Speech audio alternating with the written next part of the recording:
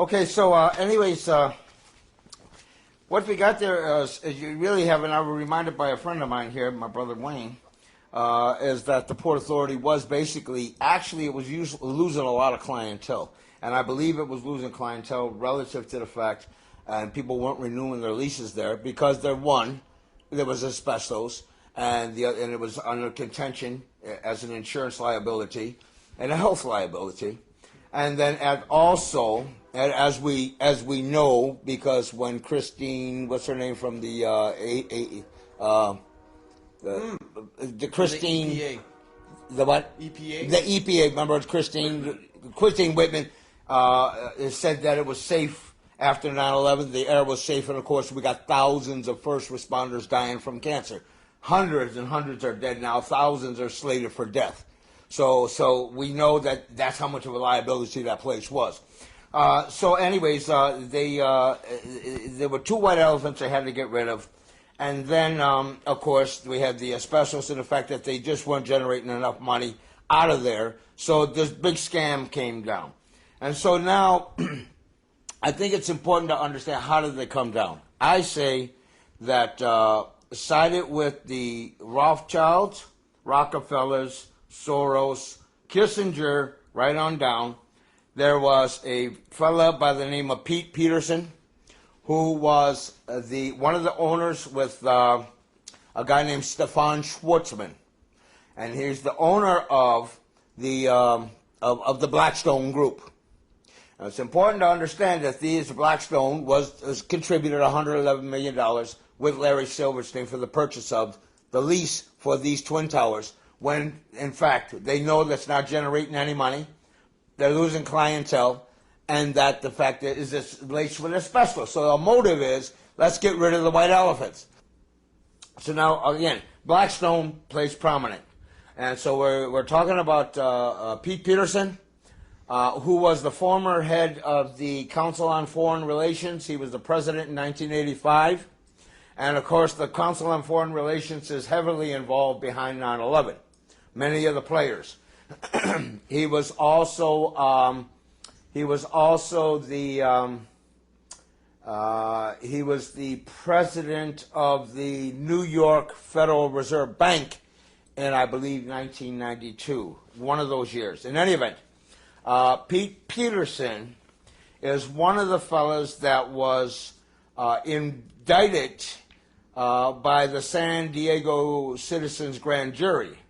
And they were, it was called the Biographical Information on the 16 individuals cited by the San Diego Citizens Grand Jury as deserving further investigation for the charge of conspiracy to commit mass murder. Now, it's important to critique who they got here because long before I even saw this, I was already tracking on the key players.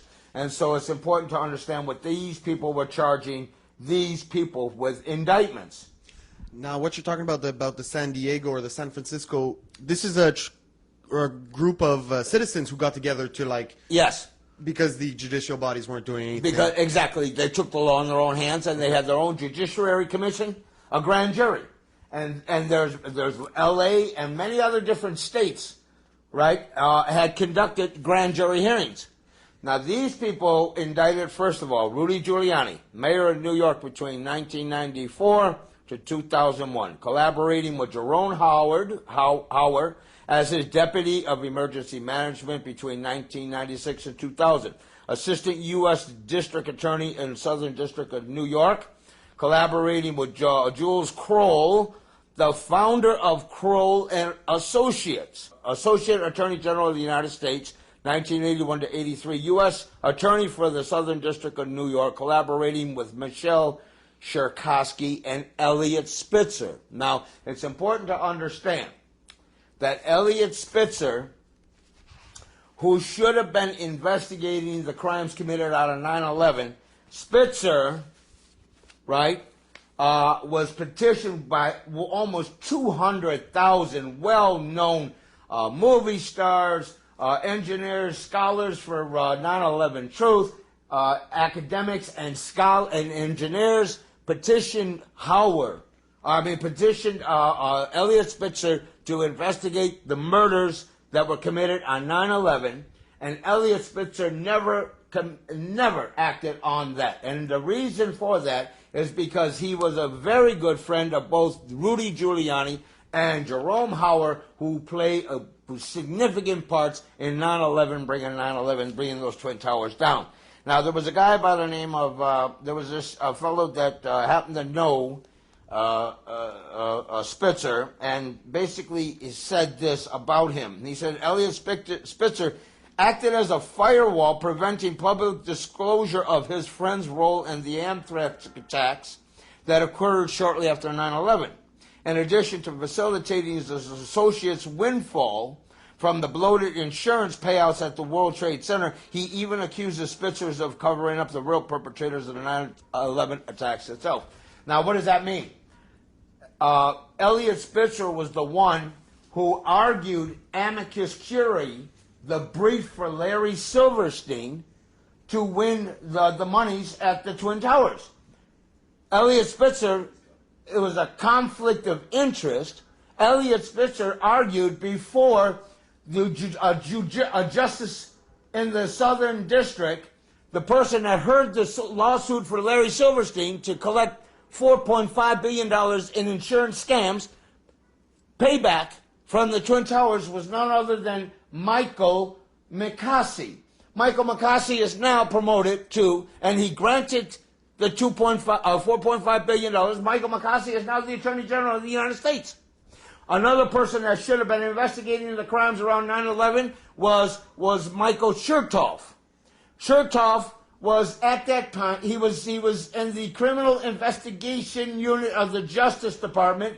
He's supposed to investigate the 9/11 massacres, the crime scene. But he never did, because the crime scene was covered up by Rudy Giuliani. Rudy Giuliani offered, put up a police line around 9/11 and refused to allow any investigators to come in and investigate the steel girders that came down, which would have clearly shown that they were cut at a 45-degree angle with thermite, as Stephen Jones and Richard Gage and others in the academic communities have told us that they did find residue down the years down the road. They have found residue from ground zero that showed that thermite was used there to cut those steel girders them into 30-foot sections, all the way from the top to the bottom, so to conveniently load them up in by the tons.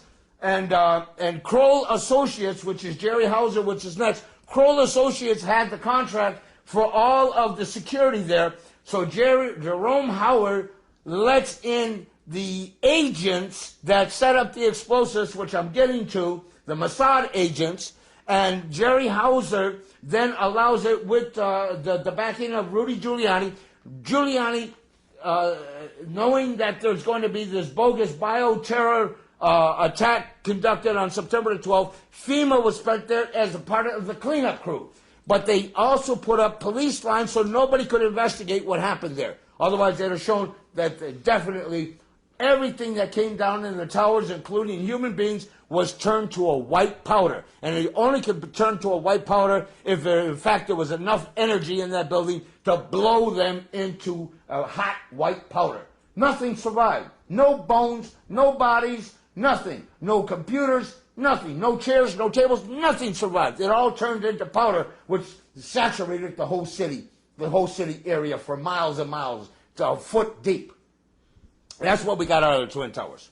You were saying about Michael Chertoff. Yeah, Michael Chertoff should have investigated 9/11, but he didn't. And subsequently, because he didn't do it, he would have been investigating his own Israeli Mossad agents and friends. One, Jacob Alexander Colby, who we'll get to momentarily. Two, Savan Kurtzberg. They, in fact, did investigate the so-called 5 dancing Israelis, which we will get back to in a second here.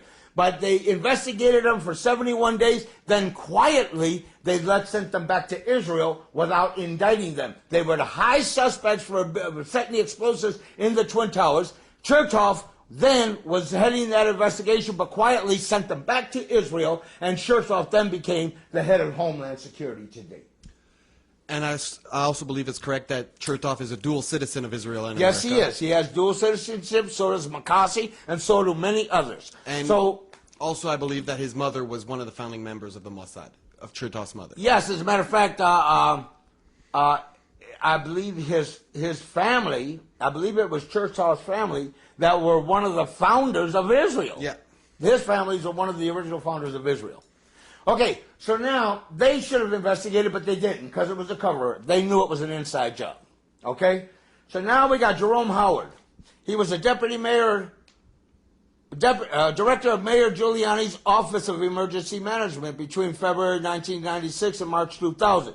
As such, he was primary in the building, the city's emergency command center on the 23rd floor of the World Trade Center, Building 7, and in warning about the emergence of the West Nile virus 1 year before it appeared in New York City, managing director of Kroll on 9/11, when he advised Dan Rather, this is very important, in an interview immediately with Dan Rather after 9/11, he advised Dan Rather of CBS that demolition had not brought down a twin tower, and that the day's attack bore the fingerprints of Osama bin Laden.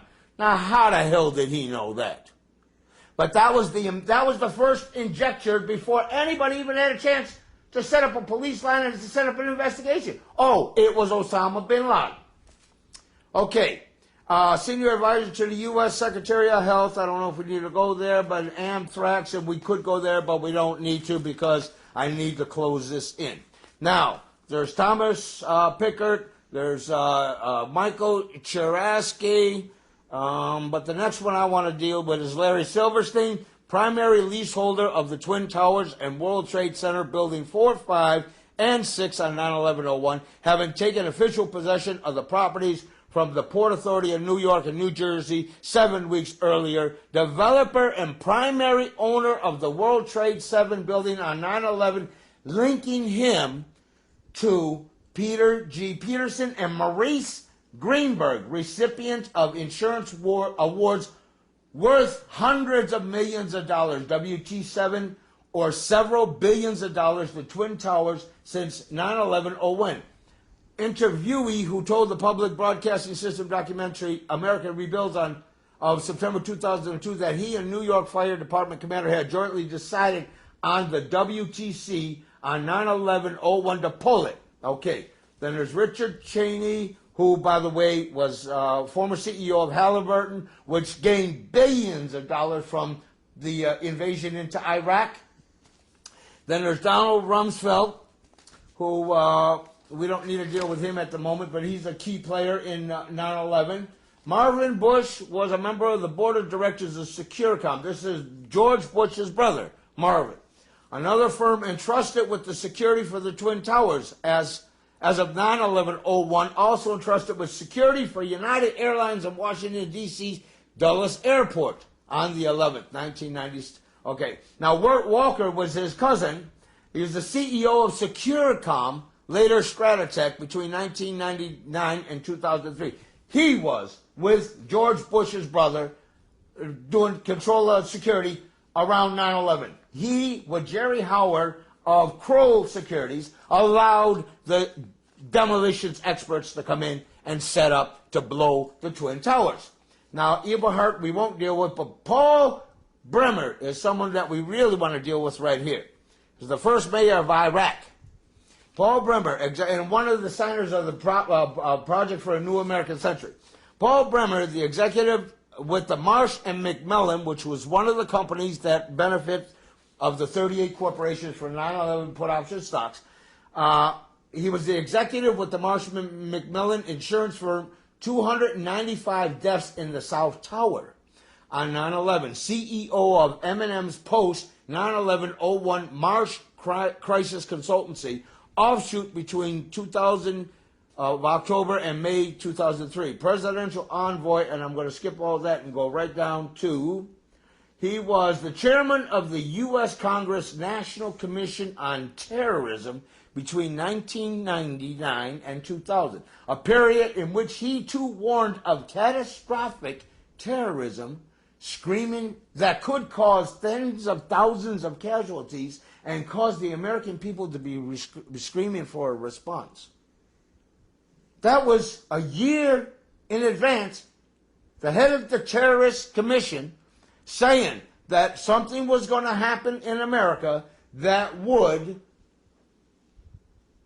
he warned of would create a catastrophic terrorism that could cause tens of thousands of casualties and cause the American people to be screaming for a response. The example we use is Pearl Harbor, managing director of Kissinger Associates between 1989 and 2000, a U.S. ambassador at large for counterterrorism between 1986 and 89. Pete Peterson, CEO of the Blackstone Group, one of the three leaseholders.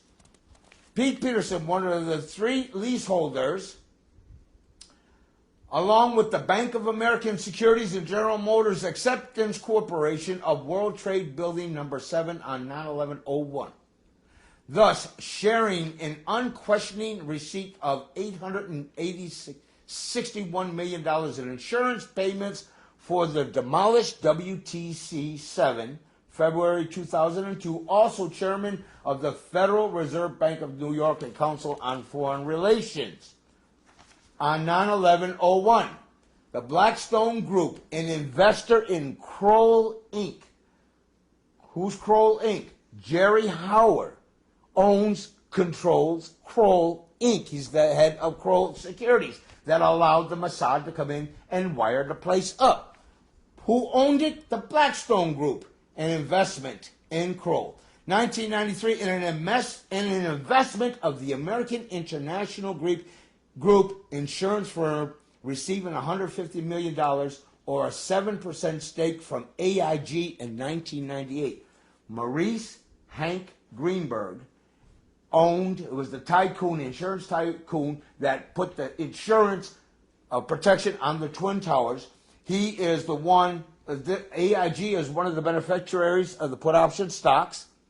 Maurice Hank Greenberg, his son Jeffrey Greenberg owns 7% of the stock in Blackstone, the Blackstone Group. But, and according to this, AIG, then headed by Maurice Greenberg, a former chairman of the Federal Reserve Bank of New York, and the Blackstone Group, a partner with Kissinger Associates and AIG from February 2000 onward. At the time the venture was announced, Peter G. Peterson was quoted in the press release. In this new global economy, with its requirement for cross-border mergers and acquisitions, for government privatizations of major industry, and for restructuring of industries battered by the recent global financial crisis, we believe that each of these entities brings some special knowledge and expertise to the table. We at Blackstone very much look forward to working with AIG, American International Group, and Henry Kissinger's and Associates, capitalizing on these opportunities. Now, we've tied AIG, Maurice Hank Greenberg, who, by the way, Greenberg Torrig, which is the law firm from Florida, is the one that argued before the Supreme Court the theft of George Bush's stealing of the elections in 2000. He's the one that argued before the Supreme Court and got the Supreme Court to rule that George Bush was the winner when clearly Al Gore was the winner of that. So that's the same firm. Now, okay, and now we got AIG with Blackstone Group, with Pete Peterson, who's Blackstone, Stefan Schwarzman, as well as Henry Kissinger behind 9/11. They would not put up $111 million.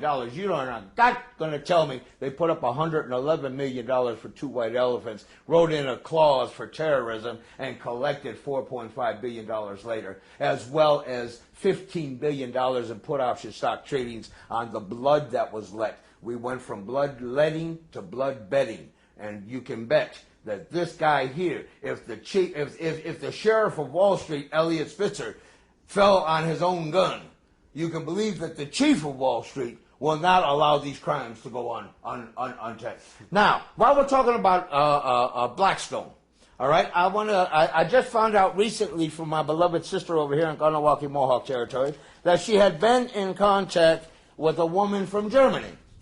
And there is a situation happening right now in Six Nations Mohawk territory. That's where my family's originally from. My grandfather is Clarence Hill from Ashwegan Mohawk territory. My mother was Joni Hill, and that's where our roots are. Our roots are in Ashwegan Mohawk territory. What we find out is that there was a fellow protester in there, a Mohawk, by the name of Boots, who set up a tent in front of one of the buildings that I got a note here. He set up a tent in front of Kingspan Insulation of Ireland, and he stopped the five. They basically had to shut down and get out. He was responsible for stopping $5 billion in illegal development in our Haudenosaunee territory. Then he moved his tent to block the construction of a huge development project, the Hampton Inn Resorts, which was part of the Hilton hotel chain, which according to a German source is owned by the Blackstone Group. Well, the same people that brought down the Twin Towers and made billions of dollars and put option stocks are the same people that are trying to set up this Hilton Hotel in Hongwe, in Haudenosaunee territories. And speaking with my sister Cantanetta, we discussed that it seemed also like I said to her, it doesn't seem to me, why would the Hilton want to put up a hotel in Haudenosaunee territory where there really wasn't anything around it tourist-worthy? And then I said, they're not trying to put up a casino anywhere in the area, are they, for their upscale clientele to come in from all over the world? And she said, yes, there is a casino going up in Brantford. So, now, automatically, 1 and 1 equals 2. If it looks like a duck, sounds like a duck, and walks like a duck, well, it must be Blackstone Group. Okay? So that's what we're looking at.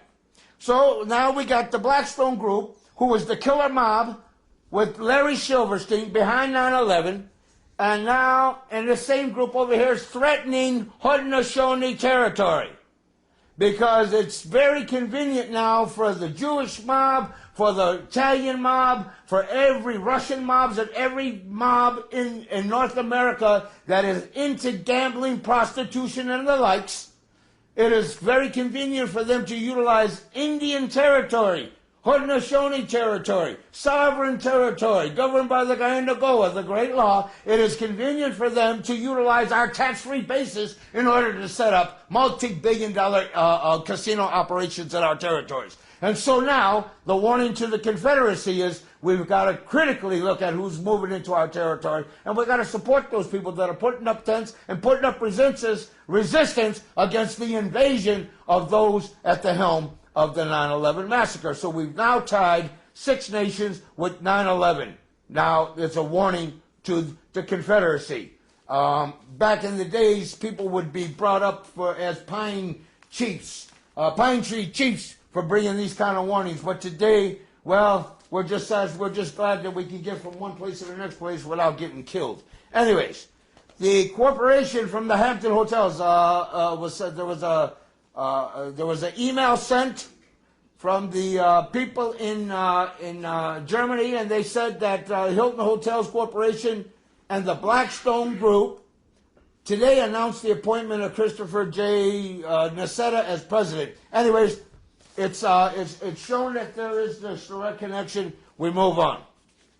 David Rockefeller, principal in creating the World Trade Center and the building of the Twin Towers, is chairman of the Downtown Lower Manhattan Association between 1958 and 1975, beneficiary of more than $1 billion in public funds for said construction, beneficiary of his brother, the governor of New York, Nelson Rockefeller, whom I know very well, installing more than 20,000 state employees in the WTC-2, the South Tower, in 1970.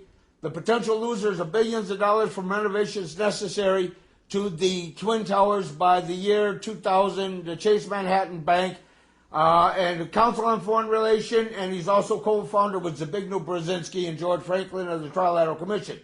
Now, this character here, Brzezinski and Soros and Kissinger are currently moving into Russia to try to establish Georgia and Ukraine as NATO allies, which would block Russia's access to the Black Sea, which Russia says when that happens, there will be nuclear warheads going across the borders, going back and forth. There is a real potential for a nuclear war, and this is why I'm saying it's so important to the 9/11 Truth Movement. It's so important to the warrior societies of the Haudenosaunee to know that 9/11 was the pretext for the invasion into Afghanistan, for the seizure of the Caspian basin, the Caspian Sea basin, the pipeline that went through the Baku-Tbilisi-Ceyhan pipeline.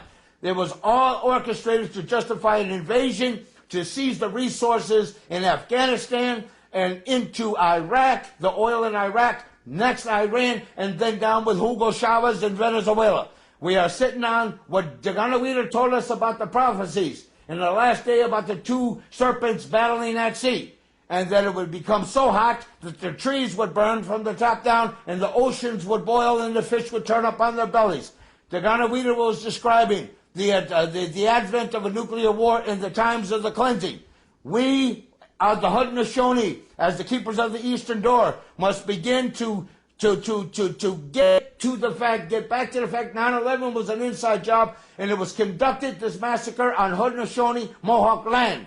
As the keepers of the Eastern Door, we have got to warn the world. We have got to get the truth about what really happened at 9/11 to apprehend the criminals and create a war-style, Nuremberg-style trial to indict them, to convict them, and to mete out the sentences necessary to stop them from the advent of a nuclear war. Last and foremost, Maurice Greenberg is the AIG leading U.S.-based international insurance organization. By the way, 9/11 was an insurance bonanza. After 9/11, everybody became so insecure, afraid of terrorists. The insurance values went up 35%. The largest underwriter of commercial and industrial insurance in the United States, according to Webster in February 2000, between 1968 and 2005, AIG, a major shareholder in Marsh and McClellan, headed by Maurice Greenberg's son Jeffrey on 9/11/01. McMillan was a major recipient of the put option, bloodletting money of the put option stocks. And Ace International, another insurance firm headed by Maurice Greenberg's son Evan on 9/11/01, and in Kroll Associates, Jerry Howard let them set up the explosives in the building. AIG connected to narcotics trafficking and money laundering by a CIA-funded predecessor, the Star Corporation, of reporters, and so on and so forth. All right, now, has this ever happened before? Well, during the 1967 Six-Day War,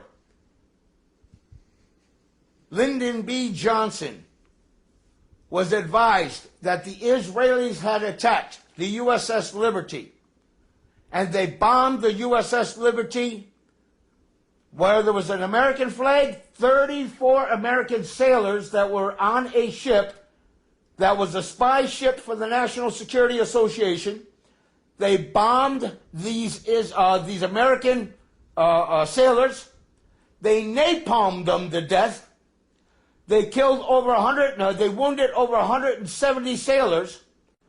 When LBJ heard about this, he thought Egypt was attacking the Americans, so he sent out war airplanes. He sent out air bombers, attackers, air fighters. While they were en route, Robert McNamara ordered them back when they found out that Israel was behind this false flag operation and had killed the Americans. They let Israelis get away with this mass murder, and to this day they've been exonerated, and they said that it was in fact an accident, but in reality they knew. Lyndon B. Johnson called off the operation when he found out that Israel was behind this attack. Now, on September 11th, 2001, there was reported that there was a van of Israelis that were apprehended on the George Washington Bridge with a van full of explosives, C4 plastic explosives, as well as thermite, and they had also box cutters and everything else to be able to bring down the Twin Towers. There's a guy by the name of Savan Kirchberg. He was seen when they developed the photographs from his camera, holding up a lighter with the Twin Towers behind it. And what the signal was is that we lit the fuse to blow. There was a call that went into the police that said that there was this band that was going through the Holland Tunnel, that were going to try a diversion, and that Palestinians were seen running through, were seen going through, and that they should be apprehended. After, there was also another guy a year before then who had warned. He was in this Jamal cemetery. He overheard this guy that got out of a townhouse limousine talking with two other guys who said that the Americans will know what it's like to live as under the rule of terrorists, like the Palestinians. The Americans will know what this means when we hit the Twin Towers in September. This is all documented in a documentary called Missing Links. Go to this.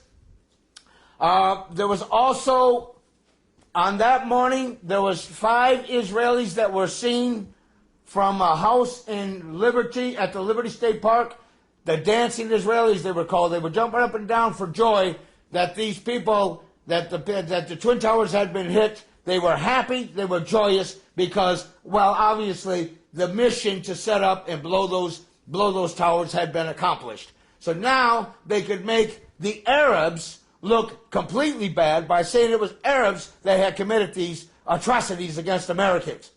Now, the thing about it is that these Arabs, the 5 Mossad operatives, it was found out later that they were Mossad operatives. These Mossad operatives were held for 71 days, and as we said before, Chertoff allowed them to leave the country back to Israel, and these are prime suspects in the blowing up of the Twin Towers. Mossad, Israeli, CIA connections.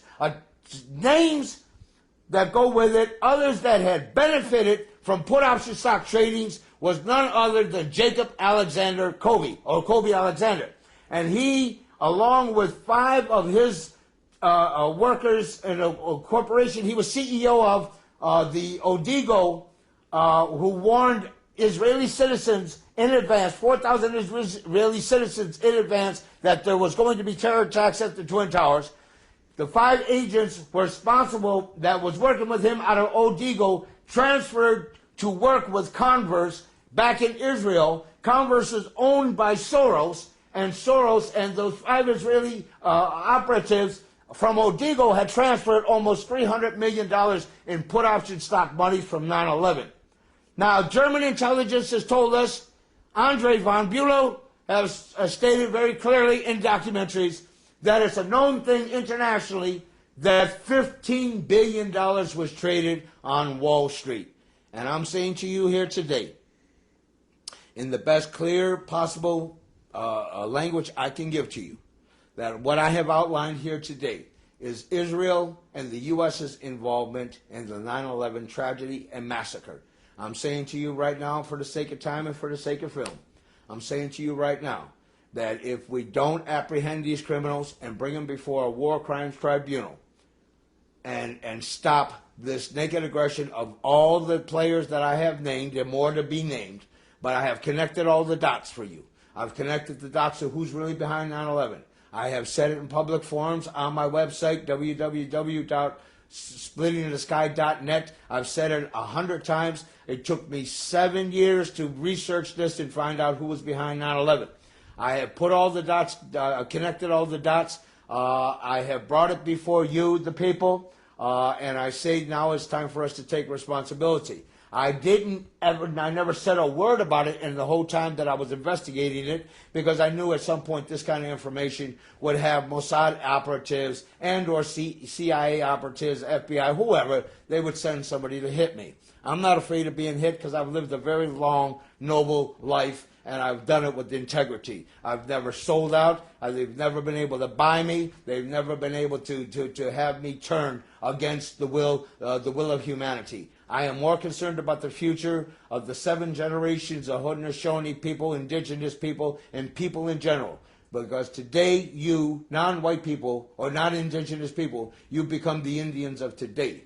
And if you think they think that we're bullshitting, well, you just have to look. But I'm saying, I am no longer, after seeing this tape, you are no longer allowed to be an ostrich with your head in the sand showing me your butt. I don't want to see that. I want to see your face. I want to see you actively getting yourself involved in the 9/11 Truth Movement. I want to thank these people from the Montreal 9/11 Truth Movement, the Calgary Truth Movement, the Fraser Valley Truth Movement. I want to thank the Haudenosaunee people. And I know that what's happening right here, now listen to very carefully, what's happening right here is already foreseen 700 years ago. And I'm speaking to those that know the prophecies of the Dacajeweiah. What's happening here today is prophecy fulfillment. We're sitting on the verge of the prophecy, the fulfillment of prophecies. We have to act, and yet we can win. The prophecies say we will win, but we must unite and we must rise up in critical mass and bring them down. Because it's only a handful of filthy, dirty men that have controlled the finances of the world, the Rothschilds and the Rockefellers, and they're doing it with groups like the Blackstone groups that are behind 9/11. But you must understand that Blackstone and Blackwater is your enemy. Blackwater is a 20,000 trained mercenaries for the Blackstone group. They are trained mercenaries that went to Iraq and killed thousands of innocent Iraqis. They went down and shot and killed many people down in Katrina in Louisiana, New Orleans, from Baghdad to the Bayou. They're 20,000 strong.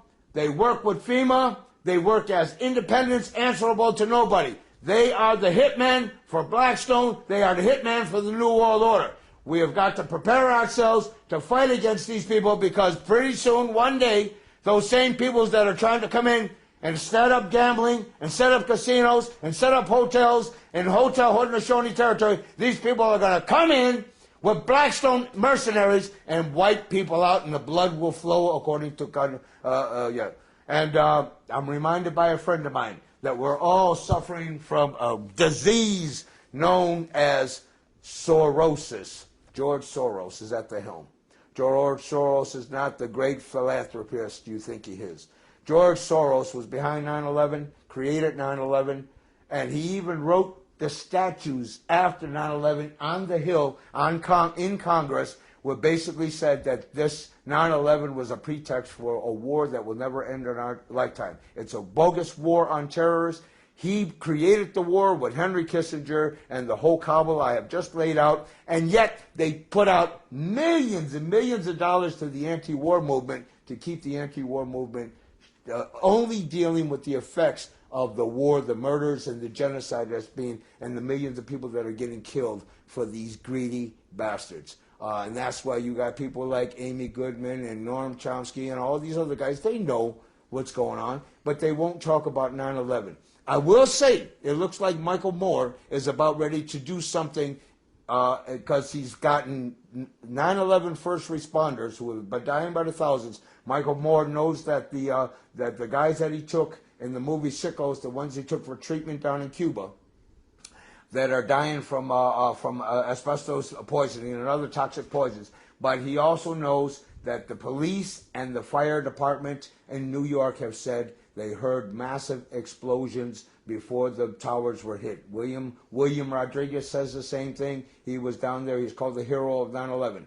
Let's not be fooled. Let's get ready to fight a battle for self-defense for humanity. It is our children. It is the next generation. 7 generations. We've always been told, when we think of what we're going to do, everything we're going to do, how is it going to affect 7 generations from now? Well, this is how I intend to help that 7 generations to be able to pave a path for peace, a peaceful path for our children to walk on.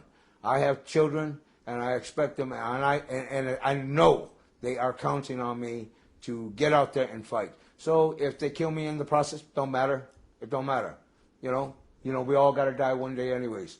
We got to die one day. We got to be responsible to ourselves. When you look in the mirror and you say to yourself, when I got the truth, did I heed the truth? Did I fight for the truth? Did I fight against the evil intent of those who are in control?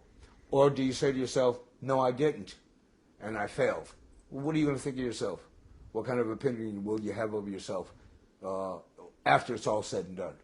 So this is a message to the people of the Haudenosaunee. It's a warning, and it's a people of all walks of life. We've got to unite, we got to fight, and we got to create a Nuremberg-type war crimes tribunal. We have got to get the intellects of the world together and demand, and hopefully, maybe we can even have in an independent, sovereign, indigenous territory where we could call for this indictments and bring these people, make these people face the music. Wow. Well, Daca, thank you very much for all this explanation. I mean, this is information that a lot of people can find out for themselves, and you can find out that it's all these Israelis, but yet it seems that people are afraid to name these names. Fear of being called an anti-Semite, fear of getting killed, but really what they have to fear is nuclear holocaust. That's right. And that's the dilemma that's the dilemma you got. We either let these knuckleheads continue on the path that their destruction path that they're going. We either let them go and take us into a nuclear war, as prophesied by Dacajeweiah and other visionaries of all time, and we intercept them and we stop them at the helm, and we create a world that's a nuclear-free world, or we get out there and we let it happen. So we either let them happen or we try to stop them. Our job is to stop them. When you see a wrong, you got to stop them. As far as being worried about being called an anti-Semite, why? It's not even about Semitism. The guys that are at the helm are not Jews anyways, right? They're not. They're Ashkenazis. It's not really Semites. They're not Semites, so it's not even an Israeli anti-Semitism. If an American does something wrong, if I say that the CIA was involved with this operation, which I do say, because I say that the CIA was involved in it, that doesn't mean that I'm anti-American. I love Americans. There's lots of my friends are Americans. I have lots of Jewish friends. But just because I say it was Israeli Mossad that was involved in it, right, a criminal element, that doesn't mean I'm saying Jewish people, because there's thousands and thousands of Jewish people that know that this was an inside job, and they are opposed to the war machine. They're peaceniks. So are we. We are for peace. But we're also the rise of the warriors of the rainbow. And anytime, collectively, that's all of us, we're all warriors of the rainbow for peace and security for our people, sovereignty and independence against U.S. colonial rule and hegemony worldwide. So the point of the matter is, we are prophesied to come together, and we will do that. I am not worried about being called anti-Semitic. Well, why? It's not even a question of being anti-Semitic.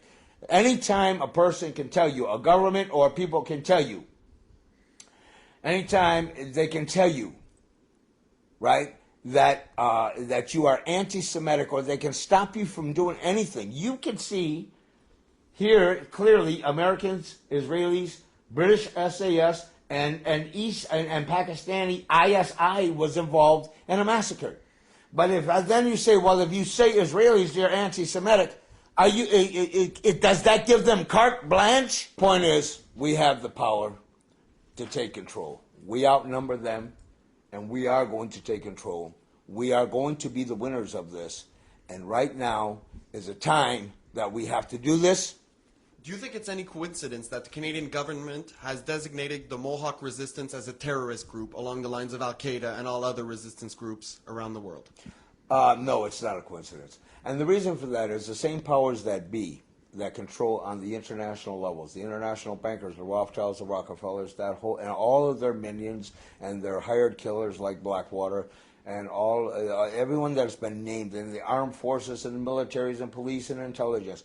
The reason that they have called us terrorists as Ongwe, right? Ongwe people, Ginyange Hogas, or people of the land of the Flint. That's who we are, Mohawk people. We're the Ginyange Hogas, people of the land of the Flint. The reason they have given us that label is because they know, according to prophecy, they know that we will defend the great law with our lives.